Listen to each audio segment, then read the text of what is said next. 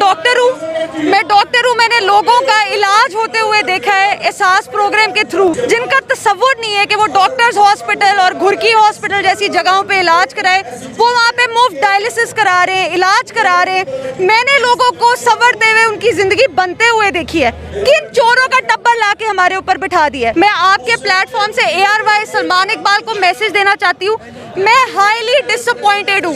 मैंने दिन रात ARY को फॉलो किया है, मुझे लगता था कि ARY will stand against the test of times, लेकिन सलमान इकबाल गेव अप। उसने अरशद शरीफ को निकाल दिया, साबिर शाकिर को निकाल दिया। क्या कसूर था उनका कि वो पाकिस्तान के लिए बोल रहे हैं?